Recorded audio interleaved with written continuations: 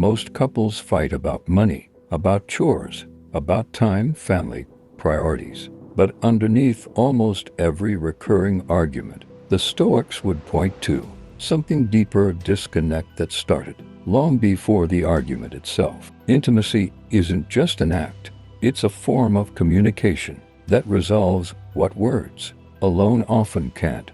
And when it's missing, couples don't just lose closeness, they lose the one thing that used to make every other conflict easier to solve. By the end of this video, you'll understand exactly what this connection repairs in a relationship and why couples who protect it argue less, resent less, and stay aligned longer. Let's begin. 1. IT dissolves resentment before IT hardens. The Stoics taught that small grievances left unaddressed don't disappear, they compound. Marcus Aurelius warned against letting minor irritations accumulate, because what starts small rarely stays small. Regular intimacy acts as a kind of reset. It's difficult to stay locked in resentment towards someone you remain physically and emotionally close to. The act itself forces a kind of honesty, a return to the present moment, away from old arguments and unresolved tension.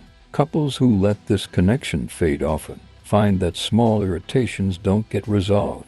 They get stored, and stored resentment, left long enough, becomes the foundation for much larger conflict later. 2. IT replaces the need for validation through argument. Here's a pattern most couples don't recognize in themselves. When emotional connection fades, people start seeking validation in other ways, through winning arguments, through being right, through control. Epictetus taught that much of human conflict comes from an unmet need to be seen and acknowledged. Intimacy, when it's consistent, meets that need directly. It says, without a single word, I see you, I want you, you matter to me.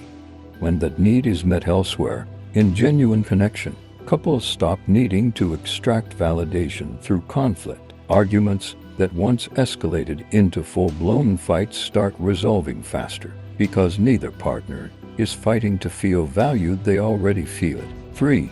IT rebuilds trust after distance. Every long relationship goes through periods of distance, stress, exhaustion, disagreement, simple busyness. The question isn't whether distance happens, it's what happens after. Seneca wrote about the importance of returning to what matters after periods of disruption, rather than letting distraction become the new normal. In a marriage, intimacy is often the bridge back. It's rarely the first thing that fixes distance, but it's frequently the clearest signal that both partners are choosing to close the gap rather than letting it widen. Couples who use this moment intentionally, not to avoid the conversation that caused the distance, but alongside it, tend to repair faster and more completely than those who wait for words alone to do the work. 4. IT solves the slow drift toward roommate dynamics. One of the quietest relationship killers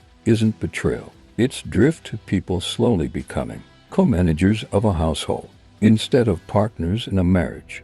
The Stoics warned against living passively, letting days pass without deliberate intention. Applied here, without consistent intimacy, couples often slide into a functional, logistical partnership, dividing tasks, managing schedules, coexisting efficiently while the romantic and emotional core quietly disappears. Protecting this connection is one of the most direct ways to prevent that drift. It's a repeated, deliberate reminder that the relationship is more than shared responsibilities. It's a chosen bond, renewed on purpose.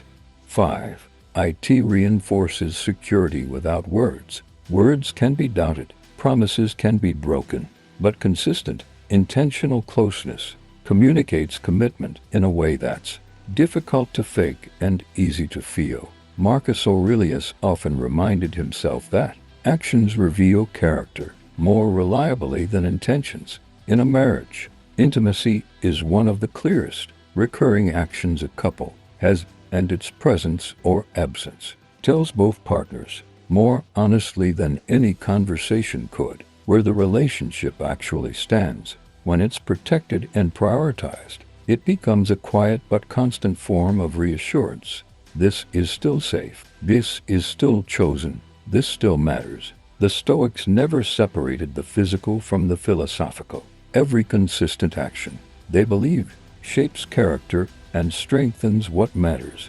In a marriage, this connection isn't separate from emotional health. It's one of its clearest expressions. Protect it with intention, and it quietly resolves far more than people realize. Resentment, disconnection, drift, and doubt, neglect it, and those same problems find other ways to surface, usually louder and harder to repair. If this resonated with you, ask yourself honestly, what has your relationship been solving through connection lately, and what has it been avoiding instead?